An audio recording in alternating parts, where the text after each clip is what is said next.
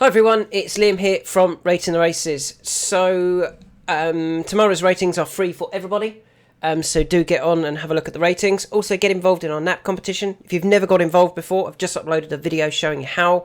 If you haven't played in a little while, now is a great time to get back involved, as it is the first of the month, so the new monthly competition obviously starts. Well done to last month's winner, who also won the week before as well. So he's won 2 prizes in the matter of 5 days, so like 75. I'm just doing a quick calculation in my head, about £200 worth of prizes, just like that. So get involved. It's free for everybody, it's open to everybody, and we run it every single day. So let's have a look at selections for tomorrow, and we'll start off at Goodwood, the 150. The 2 that I like here, you can see highlighted, are Spirit Mixer and Master Milliner. Now Spirit Mixer, we've actually backed a couple of times. He hasn't yet done the business for us, but I think he's getting close to becoming nicely handicapped. Well, he is very nicely handicapped. I mean, some of his efforts previously, second behind True Shannon in Northumberland Plate off 97, runs off 86. He's won handicaps off 79, 81 and 90, so it's not that his handicap mark is beyond him. As I said, he finished second off 97 in the Northumberland Plate. He recently finished third at Goodwood off a mark of 91, so down another £5 since then. He rallied inside the final furlong. That was over 2 mile. The step up and trip should suit. And if we look on the likes of Vino Victrix and Tenerife Sunshine, so Vino Victrix was just in front of him, or finished in front of him. He is off a £1 lower mark compared to a £5 lower mark for Spirit Mixer, and Tenerife Sunshine is off a £2 higher mark. So there shouldn't be a lot between them at all, and Spirit Mixer isn't a bad price. Let's just load up the odds for this. Let's hope that we can get all of the odds done before we get restricted, so that we have to pay. We're not doing that. Spirit Mixer you can currently get comfortably at 16 to 1 for Spirit Mixer. Machine Murphy rides again. He's ridden a few times. Rode him last time, finished 7th. Not actually beaten that far at Newbury, only beaten 5 lengths. When the jockey said the gelding hung left-handed under pressure, that was at Newbury. He comes to Goodwood, other way round. Hopefully, if he does, even if he does hang, he should be hanging into the rail and be able to go quite close here. That said, my third best tomorrow is actually going to be Master Milliner, and it's interesting to see that there is now money for Master Milliner. Currently, you can still get to 12s, but a lot of places are now going 10 to 1. Why do I like Master Milliner? Well, first of all, he is a course and distance winner, and he's a course and distance winner off a mark of 93. He runs here off 90. Interesting straight away. So he's better handicapped. He's £3 lower than when winning. I think he won this race in 2022. He did win this race in 2022. He's off a lower mark. He then went to York for a feature handicap. Didn't run great. And then came to Newmarket for the Cesarewitz trial. It all went wrong. He finished 9th of 10. And he then wasn't seen for 640 days. On his return, he's gone off 100 to 1 and 50 to 1. I think they were just comeback runs in the Ascot Stakes and then at Newbury over 2 mile. If they were, which I'm hoping they were, and he's back to full fitness now, we know he goes well at Goodwood. He's won at Goodwood, so he should do. He's won before at Goodwood over 2 mile, and he was 6th of 8 over 1 mile and 2. You can ignore that run, it was over 1 mile and 2. But anything over 2 mile, and he's won them both. You can see why there's now money. And yeah, I'm hoping that Emma Lavelle has got him spot on. And it's interesting to see that he went off 100 to 1 and 50 to 1 in 2 races. He comes to a similar type of race, and yet he's only priced at 12s and 10s, almost suggesting that now he's ready. He's ready to do the business and to run a big race. And off a £3 lower mark than when winning, you would like to think he can go very close. He actually only won. We were on him that day. Hopefully we can get on him again, or we are on him again for tomorrow. Moving on to the 225, the horse I like here, you can see it's actually going to be my nap of the day tomorrow, is Al Musmak. Now, Al Musmak's form before last time out didn't look great. He finished 7th at York in the Dante, and then he finished 7th at Ascot behind JRB. Now, the form of that race hasn't done too bad, to be honest, but I think it's the trip. They've dropped him back to a mile. He dropped back to a mile for the listed race at Newmarket and was a very impressive winner. Won by 2.5 lengths that day, or 2.25 lengths. This is only up to a Group 3. They've not gone, okay, we'll now go back up to Group 2 or Group 1 company. It's still only Group 3 company. It's kind of stepping back up, maybe, in connections to go, maybe we've got a group horse over a mile. And to be fair, even looking at some of his previous form, his second over 7 furlongs behind Rosallion and in front of Ancient Wisdom, very good form. He then went and won at Haydock over a mile in a listed race before finishing second in a Group 2 behind Ghostwriter. Well, if that's his actual form, maybe he's just a very good miler. And yeah, I think if he shows that he is a very good miler, he'll win tomorrow. If he is as good as we think he is over a mile. Slightly surprised that he's as big as 7-2. He is now being well supported, and I think he beat Lead Artist last time. I don't think any of the others are good enough to be going into Group 2 or Group 1 races later on in the season. Really disappointing to see King's Gamble here, to be honest. I liked King's Gamble for a handicap. I thought was very unlucky in the Britannia.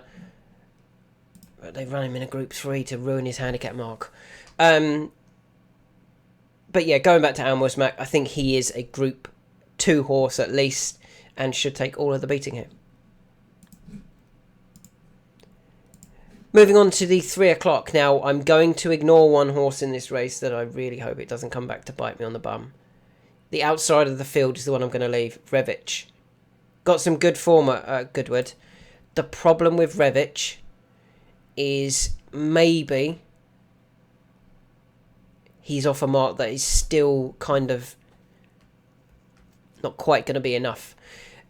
We'll come back to Revich in a bit, but let's talk about Holloway Boy to start with. So Holloway Boy, we highlighted after finishing 5th at Ascot. I felt he was very unlucky at Ascot and said I want him in a handicap, and actually pointed out that I wanted him in the Coral Challenge at Sandown. He went there and he ran a stormer. He was second at 10-1. I was gutted that he was beaten, and at 10-1, I mean, I think it was a shorter price than that earlier on in the day, and he drifted at 10s, and I was like, well, he's not going to win then, is he? But he still ran a huge race. I'm hoping he drifted because of the ground. It was soft ground that day, having previously finished 5th on good to firm. Well, tomorrow, back at Goodwood, it's back on good to firm ground. If we were right, and he was unlucky on that good to firm ground, off 105, he sticks on 105. That's key for me here. After finishing 2nd in a handicap, 5th in a handicap, he stays on that 105 mark, and if he gets a clear run back on this good to firm ground, I think he could win this. I think it was his handicap debut, wasn't it, when he finished 5th in the Royal Hunt Cup. Previously been in a conditions race, listed race behind Charon, which has obviously worked out well. 4th in a Group 3. Yeah, it was his handicap debut when running eye-catching in the Ascot race. And then I'm hoping the ground went against him and he still ran a huge race on soft ground. If that is correct, and he does want this good to firm going, I'm hopeful of a very, very big run tomorrow. I actually think he'll win tomorrow if I've got that correct. I think his biggest danger for me is actually going to be Orban. Now, Orban won this race a couple of years ago. He won it in 2022. Just having a look. He beat... Who did he beat that day? He beat Blue For You, and he beat Revich, and he beat Uzo. Blue For You was running off 93. He's now running off 98, so he's £5 higher. Revich was running off 96, now running off 93, £3 lower. Orban was winning it off 87 and actually winning it comfortably. He won it by 3.25 lengths. And Orban returns here off 87. So he's off the same.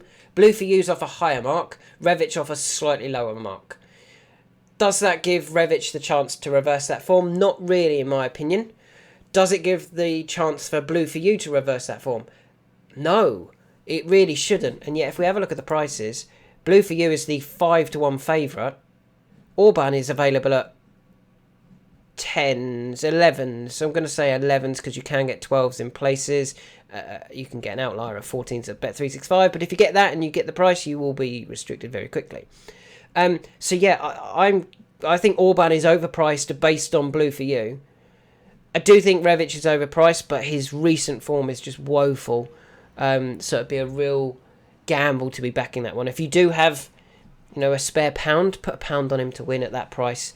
But my 2 in the race will be Orban and Holloway Boy. I think Holloway Boy will win this if he gets a clear run, and I'm quite happy with the 8-1 about him. Draw's not ideal, but I'm hoping he can overcome that. He doesn't need to go forward. Just sit behind, they can wait and then move over sort of thing. There is a gnat flying around in my room. I need to get rid of him. Yeah, so they are my 2 in the Golden Mile at Goodwood. We move on to the King George Qatar Stakes. Is it the King George Qatar Stakes? Yeah, the King George Qatar Stakes. Who are we going for here? The horse who I think was unlucky at Royal Ascot. I say unlucky. He went too hard. He went too hard compared to the likes of Asfoora, compared to Believing, who was down the near, over the far side, but out the back. Yeah, I think with a slightly more conservative ride, Big Evs would have held off Regional and Asfoora, and I think he'll be able to do that tomorrow. Obviously, we know Big Evs does appreciate this course. He can get away with going fast here. He won the Molecombe back in 2021. He made all of the running that day. If he can do the same again, hopefully he can hang on this time compared to Ascot, and I'm prepared to back him again in the King George Qatar Stakes. Currently available at 3-1. We then move on. I don't think I've got one. I haven't got one in the 410. I'm not interested in that conditions race. I haven't got one in the 445. But I do have one in the 520. And we're going to go for the horse that's just been taken out of a race today in Blake. Been taken out on the basis of the ground. Now, if the ground comes up the same again, surely he'll be taken out again. I'm actually going to do 2 in this race. I'm going to do Blake because I would be gutted if he won and we had taken him out. I do think he'll be removed as a non-runner again, though. You can't take him out on the basis of the ground on one day and then it'd be the same ground the following day and you not take him out. I think he will be taken out, but I'm going to back him anyway, just in case. The horse who I do like, however, that I do think, well, I'm pretty confident will run, is our top-rated horse, Wafai. Wathnan Racing, carefully campaigned, I feel. He won last time out at a ridiculous price. He went off 1-5 from Maiden. Won by 9.5 lengths. You can ignore the winning distance. He was more than entitled to win that. Handicapper didn't actually change him. He left him on 83. And I kind of feel that maybe they've gone, well, if we've left on 83, we might as well win a handicap with him. He's come out top rated. We do like Wathnan Racing. I do think they're doing a good job with their horses. There's no real negatives about him. William Haggas, James Doyle, everything about him just screams that he's going to run a big race. As I said, I think the danger for me will be Blake if he runs. So I am actually going to back them both because they are both at a price that you can back. If Wafai was like 6-4 and Blake was 3-1, I probably wouldn't back them both. But at 13-2 and 4-1, I will back them both. And I do think Blake will be taken out because of the going, and obviously the draw looks terrible. So they'll be more than delighted, I'm sure, to take him out of that race. On the basis of the ground when actually the draw is affecting them as well. So, yeah, they are my 2 in the final race at Goodwood. Wafai at 4s and Blake at 13-2. So a quick recap. The first race, the 150, I like Spirit Mixer, who's dropped to a nice handicap mark, and Master Milliner, who returns to this race after winning it, returns off a £3 lower mark. I'm hoping his last 2 runs were purely to get him ready to run another big race here. 225, Al Musmak back over the mile trip, won over a mile last time out. It might have been the trip that was catching him out when disappointing on his first 2 runs, but even then he did start out running in the Dante, and he went off 4-1 for the Dante. They obviously think he's quite good. He even went off 10-1 after finishing last in the Dante. He still only went off 10-1 for the Group 3. I think the trip's been beating him. They dropped him back to a mile and he won. Golden Mile, 2 that I like. Holloway Boy, I think if he gets a clear run, he will take all of the beating. Orban is the nicely handicapped horse that can't be ignored, however. King George Qatar Stakes, Big Evs to make all of the running and hang on this time. And then finally, in the last race, we're going to do both Blake and Wafai.